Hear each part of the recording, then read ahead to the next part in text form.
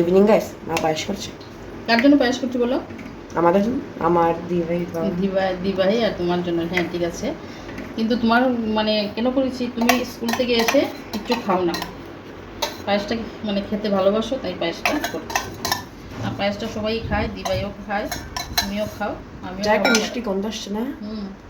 আমি কাজু টাজু দেবো না, কাজু দেবো? হ্যাঁ, তুই তো খাস না পায়েসের মধ্যে, কি বলো?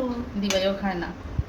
আর আমারও মানে কেন জানি মানে ইয়েটা কাজুটা ভালো লাগে না পায়েসে। আজ আমার ওয়ান অফ দ্য ফেভারিট। আর দুধ আরও খাবো। এখানে একটু গরুর দুধ দিয়ে দিচ্ছি। না, গরু তো হবে, ছাগল না। কিছু বলবে না, আমি এমনিতে আমুল দিয়ে করেছি। পাউডার? হ্যাঁ, পাউডার মিল্ক।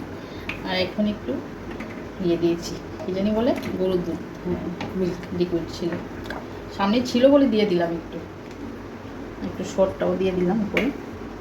শর্টটা টেস্টে।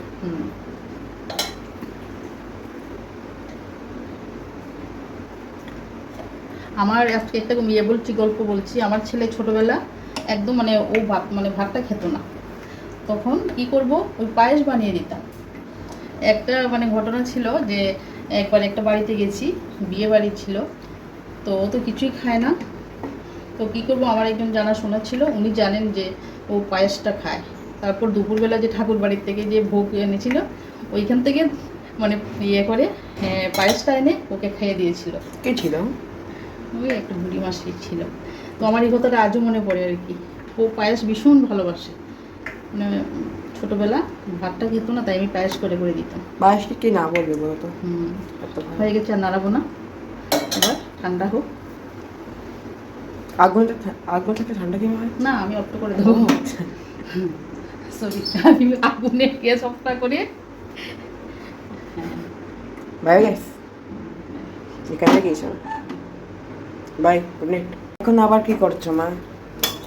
পায়েস দিয়ে খাওয়ার জন্য গোলা রুটি, কারণ লুচিটা রাত হয়ে গেছে, লুচি করবো না। বাবা কোথায়? তবে একটু বেরিয়েছে, আর লুচি বাবাও খাবে না, তাই গোলা রুটি বানিয়ে নিচ্ছি। আমাকে এইগুলি অনেক ভালো লাগে।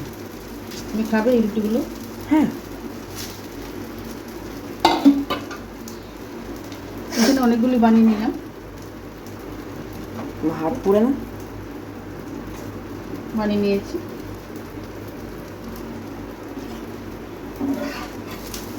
একটু হোক।